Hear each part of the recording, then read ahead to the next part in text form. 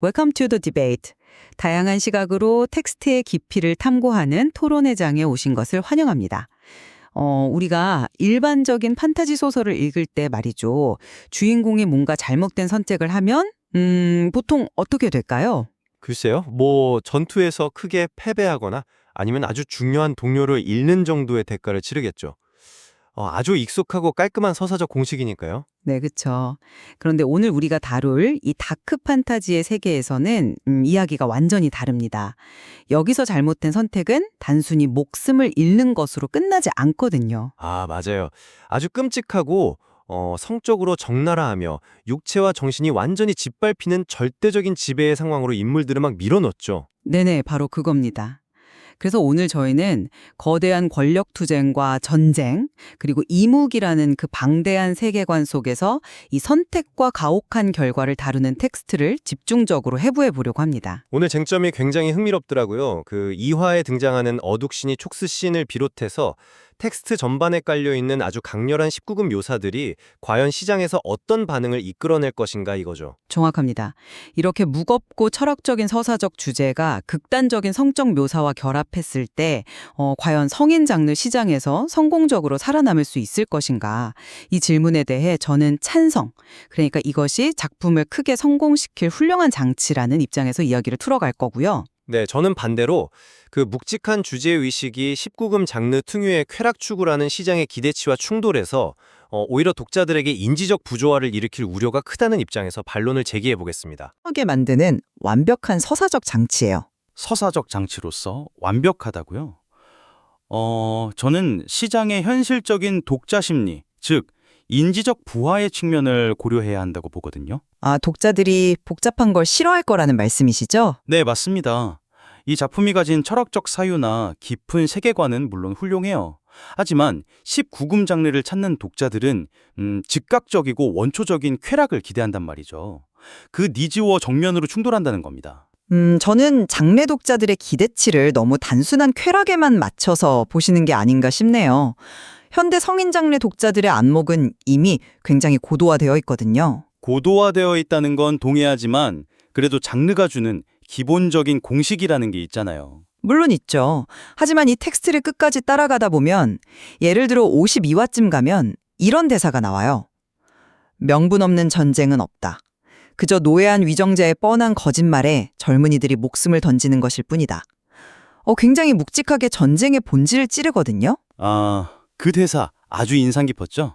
네, 그런데 이런 철학적 무게감을 가진 작품이 왜 하필 초반부인 2화에서는 아미가 미르의 경고를 무시하고 어둠 속을 쫓아간 그 선택의 대가로 어둑신이라는 요교의 촉수에 결박당하는 신을 그렇게 적나라하게 묘사했을까요? 저는 그게 단순한 포르노그래피가 아니라 극한의 위기를 표현하는 도구라고 확신합니다. 바로 그 2화의 전개 방식이 제가 지적하고 싶은 딜레마의 아주 정확한 시작점입니다. 어떤 딜레마를 말씀하시는 거죠? 독자의 심리적 흐름을 한번 따라가 보자는 거죠. 독자들은 방금 전까지 인물들의 그 무거운 운명론을 읽으면서 한껏 긴장감을 끌어올리고 있었어요. 근데 갑자기 어둠 속에서 위험과 마주하게 되죠. 네, 어둠 속에서 그 끈적한 점액질과 촉수가 등장해서 강압적인 성적 억압으로 이어지잖아요. 장르 시장에서 이른바 촉수물이라는 코드는 사실 굉장히 뚜렷한 목적을 가집니다. 빠르고 원초적이고 또 즉각적인 성적 카타르시스죠. 아, 그 씬을 단순히 쾌락을 위한 장치로 보시는군요. 제 말은 이 텍스트가 무거운 철학과 아주 가벼운 패티시 코드를 한 페이지 안에 섞어버렸다는 거예요. 철학적 깊이를 기대한 다크 판타지 독자에게는 묘사가 너무 노골적이라 몰입이 깨지고요. 반대로 특정 패티시의 쾌락을 기대하고 들어온 독자에게는 서사가 너무 무겁고 복잡합니다. 두 마리 토끼를 잡으려다가 둘 다 놓칠 위험이 다분하죠. 그 2화의 어둑신이 씬을 장내 시장에 흔히 널려있는 촉수물 패티시로만 분류하시는 건 텍스트의 세밀한 심리 묘사를 완전히 간과하신 거라고 봅니다. 심리 묘사를 간과했다고요? 어떤 점에서 그렇죠? 아미가 그 상황에서 쾌락을 느끼던가요? 전혀 아니잖아요. 촉수들이 아미의 입을 틀어막아서 비명조차 그 읍읍거리는 비음으로 전락시켜버리죠. 네, 철저하게 억압당하는 묘사긴 했죠. 맞습니다. 본인의 의지와 상관없이 새어나오는 신음 속에서 아미가 느끼는 건 쾌락이 아니라 죽고 싶을 만큼의 수치심이에요. 이건 에로티시즘의 탈을 쓴 잔혹동화적 공포입니다. 권력 게임에서 패배한 자가 겪는 처참한 말로를 시각화한 거라고요. 공포와 수치심을 묘사했다는 점은 저도 동의합니다. 하지만 표현 방식의 껍데기를 보셔야죠. 표현 방식이요? 네, 사지가 결박당하고 점액질에 유린당하는 그 구체적인 시각적 묘사들 말입니다. 그건 사실상 19금 시장에서 소비되는 쾌락적 공식을 한치의 오차도 없이 그대로 따르고 있어요. 작가의 의도가 잔혹 동화적 공포였다고 해도 19금 딱지가 붙은 플랫폼에서 독자들이 그걸 시각적으로 소비할 때는 당연히 장르적 기대감을 투영하게 된다 이 말씀이시죠? 그렇죠. 패티시적인 카타르시스를 기대하게 되는데 그 안의 감정선은 지독한 수치심이니까 충돌이 온다는 겁니다. 저는 오히려 그 장르적 익숙함을 역이용했기 때문에 이 텍스트가 훌륭한 거라고 생각하는데요. 역이용을 했다고요? 네, 19금 트로프, 그러니까 익숙한 클리셰를 차용해서 독자를 일단 끌어들인 뒤에 실제로는 폭력과 통제의 본질을 뼈저리게 체험하게 만드는 겁니다. 미지의 폭력 앞에서 개인의 주체성이 얼마나 무력하게 짓밟히는가, 이걸 구구절절 긴 대사로 설명하는 대신에 극한의 신체적 억압이라는 형태로 아주 직관적으로 보여준 거죠. 직관적이라는 점은 부인할 수 없겠네요. 저는 이게 전혀 모집을 깬다고 보지 않습니다. 오히려 독자들에게 잊을 수 없는 시각적 충격을 주면서 텍스트의 무게감을 확 더해주죠. 텍스트에 무게감을 더한다는 점은 일정 부분 저도 인정하겠습니다. 하지만 그 무게감을 독자가 어디까지 견딜 수 있느냐의 문제로 한번 넘어가 볼까요? 좋습니다. 어떤 부분을 짚어볼까요? 아미의 그 개인적인 육체적 위기에서 시야를 조금 더 넓혀보죠. 권력자들의 정치적 서서로 가보겠습니다. 방금 이 작품이 성적인 묘사를 통해 권력 관계를 아주 직관적으로 또 잘 보여준다고 하셨죠. 네네, 완벽하게 보여주죠. 성인 장르이기 때문에 가능한 엄청난 서사적 압축이 바로 거기에 있습니다. 이른바 보여주기, 쇼, 돈트 텔의 극치라고 할 수 있어요. 그럼 구체적으로 어떤 장면이 그렇게 훌륭한 보여주기라고 생각하시는지 예시를 좀 들어주시겠어요? 용천가 가주인 여천호의 씬을 한번 생각해 보시죠. 일반적인 역사 판타지라면 왕이 신하의 생사여탈권을 쥐고 있다는 걸 보여주기 위해서 보통 뭘 하죠? 긴 어전회의 장면을 넣거나 아니면 수십 페이지에 달하는 장황한 대사로 권력을 과시하겠죠? 그렇죠. 바로 그겁니다.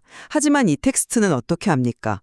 여천우가 비단 옷을 걸친 채 침상에 누워서 아주 매끄럽고 차가운 자신의 발바닥으로 아름다운 청년 제사의 얼굴을 막 뭉개듯이 짓누릅니다.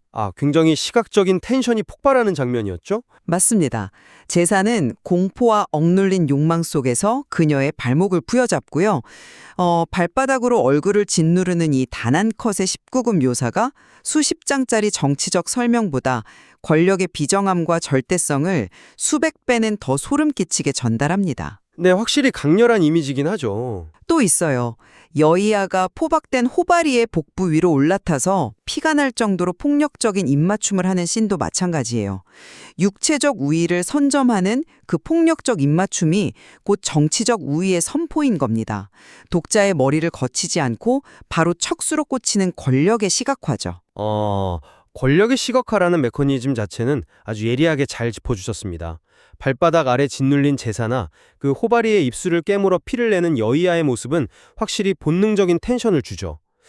그런데 말입니다. 네, 말씀하시죠. 독자가 이 씬에서 짜릿한 에로티시즘을 그야말로 온전히 느끼기 위한 전제 조건들을 한번 생각해 보셨나요? 전제 조건이라뇨? 시각적 묘사 자체가 이미 충분히 관능적이고 압도적인데요. 다른 조건이 굳이 필요한가요? 그건 그 장면만 딱 떼어놓고 봤을 때의 이야기죠. 이 텍스트는 세계관이 너무 방대해요. 세계관이 방대한 게 장점 아닌가요? 판타지로서야 장점이죠. 하지만 여천우와 제사의 그 텐션을 제대로 이해하려면 독자는 일단 용천가가 철저한 목의 중심 사회라는 걸 달달 외우고 있어야 합니다. 여이아와 호바리의 신도 마찬가지고요. 그건 기본 설정이잖아요. 그 기본 설정이 만만치가 않다는 겁니다. 호지가의 장자 독식 전통, 그리고 간택의 괴가 떨어져서 가주 승계가 시작되었다는 그 복잡한 세력 다툼과 계약 관계의 맥락을 머릿속에 다 넣고 있어야만 아, 이 피나는 입맞춤이 왜 일어났구나 하고 해독할 수 있어요. 그 정도의 배경 지식은 서사를 쭉 따라가다 보면 자연스럽게 습득되는 것 아닌가요? 독자들을 너무 과소평가하시는 것 같은데요. 일반 판타지 독자라면 그렇겠죠. 기꺼이 공부를 할 겁니다. 하지만 이건 19금 장르잖아요. 성인 장르 독자들은 머리로 복잡하게 해독해야 하는 에로티시즘을 굉장히 피곤해하는 경향이 있습니다. 이해하기 쉽게 비유를 하나 들어볼게요. 네, 들어보죠. 이건 마치 빠르고 자극적인 쾌락을 기대하고 찾아온 상권 한복판에 엄청나게 복잡한 코스의 파인 다이닝을 차려놓은 격이에요. 이데아에서 온 오드족, 천년을 기다린 이무기, 마마산 제사장 고드라마의 주술 같은 방대한 로어, 그 설정들이 끊임없이 쏟아집니다. 파인다이닝 비유라, 굉장히 재밌네요. 네. 메뉴판의 숨은 의미와 그 수많은 재료의 기원을 다 공부해야만 메인 요리를 맛볼 수 있다면 독자들은 메인 요리인 성적 텐션을 즐기기도 전에 이미 인지적 부하에 짓눌려서 지쳐버릴 겁니다. 파인다이닝 비유는 훌륭하지만 저는 독자들을 패스트푸드만 찾는 사람으로 딱 한정 짓고 싶지 않습니다. 오히려 기존 19금 시장의 뻔하고 가벼운 클리셰들에 지친 독자들이 이런 묵직하고 복잡한 맛에 열광할 수 있는 것 아닐까요? 복잡한 맛에 열광한다. 과연 그럴까요? 네, 서사가 얕은 포르노그래피적 쾌락은 불꽃처럼 금방 휘발되어 버립니다. 하지만 치열한 정치적 생존투쟁과 결합된 에로티즘은 그 여운이 훨씬 깊고 오래 가거든요. 예를 들어 여이아가 가문을 책임지는 그림자가 되기 위해서 자존심을 다 버리고 미르 앞에서 옷을 내리며 유혹하는 장면을 보세요. 아, 그 절박했던 씬 말이죠. 네, 그건 단순한 유혹이 아니라 진흙탕 속에서 피피 생존을 도모하는 정말 처절한 선택이잖아요. 저는 독자들이 바로 이 서사적 진정성에 매료되는 거라고 봅니다. 서사적 진정성. 좋은 표현입니다. 그런데 그 진정성이 보여주는 세계가 너무 가혹하다는 게 제 두 번째 반론이에요. 가혹하다고요? 판타지인데 당연히 실현이 있어야죠. 실현의 수준을 넘어섰죠. 인물들의 선택에 따르는 결과가 끔찍해도 너무 끔찍해요. 인과율이라는 단어 자체를 좀 현실적으로 풀어볼까요? 행동에는 반드시 결과가 따른다. 그런데 이 작품에서는 착한 행동, 선의를 베풀어도 결과가 완전히 지옥입니다. 아, 주인공 미르의 상황을 말씀하시는 거군요. 네. 미르를 한번 보시죠. 부패한 부족장의 자제들, 사실상 살인마들이었죠. 그들을 처단해서 무고한 사람들을 구하려고 했어요. 영웅적인 선택이었습니다. 그런데 돌아온 결과가 뭡니까? 세상은 그를 연쇄살인마로 낙인 찍어버리고 이친 봉우리에 유배시켜버리잖아요. 네, 세상에 오해를 받죠. 그뿐인가요? 이무기의 독은 또 어떻고요? 무고하게 피난가는 마을 사람들을 산송장, 그러니까 좀비로 만들어버리잖아요. 눈과 피부가 검게 변하고 이성을 잃은 채 자기 가족을 막 물어뜯게 만듭니다. 심지어 아무것도 모르는 갓난아기까지 그 끔찍한 운명을 피하지 못해요. 그건 이 다크 판타지의 세계가 얄팍한 영웅주의를 절대 허락하지 않기 때문입니다. 미르가 저잣거리 한복판에서 세 사람의 목을 친 후에 자신을 비난하는 세상에 대고 자주 하듯 말하죠. 악인을 죽인다고 그 자리에 선인이 도단하지 않는다. 그저 피냄새 진동하는 빈터만 남을 뿐이다. 대사는 훌륭하죠. 하지만 잠깐만요. 저는 이 대목에서 엄청난 지적 유희와 묵직한 감정적 충격을 동시에 받았습니다. 주인공이라고 해서 영웅이 무조건 승리하고 칭송받는 가짜 카타르시스보다 이런 잔혹한 리얼리티가 현대 성인 독자들에게는 훨씬 설득력 있게 다가가지 않나요? 문학적으로는 당연히 설득력이 있죠. 저도 문학성은 깎아내릴 생각이 없습니다. 하지만 장르 독자의 심리를 다시 한 번만 생각해 보자고요. 어떤 심리 말인가요? 현실이 고단하니까 그 현실을 잊기 위한 대리만족을 찾아서 장르 소설을 켭니다. 그런데 선의가 철저하게 배신당하고 무자비한 인과율에 의해서 무고한 사람들까지 좀비한테 뜯어먹히는 이 참혹한 전개를 계속 봐야 한다면 어떨까요? 카타르시스가 좀 부족할 수는 있겠죠. 부족한 정도가 아니죠. 독자들은 카타르시스를 느끼는 대신 감정적으로 완전히 방전돼 버릴 겁니다.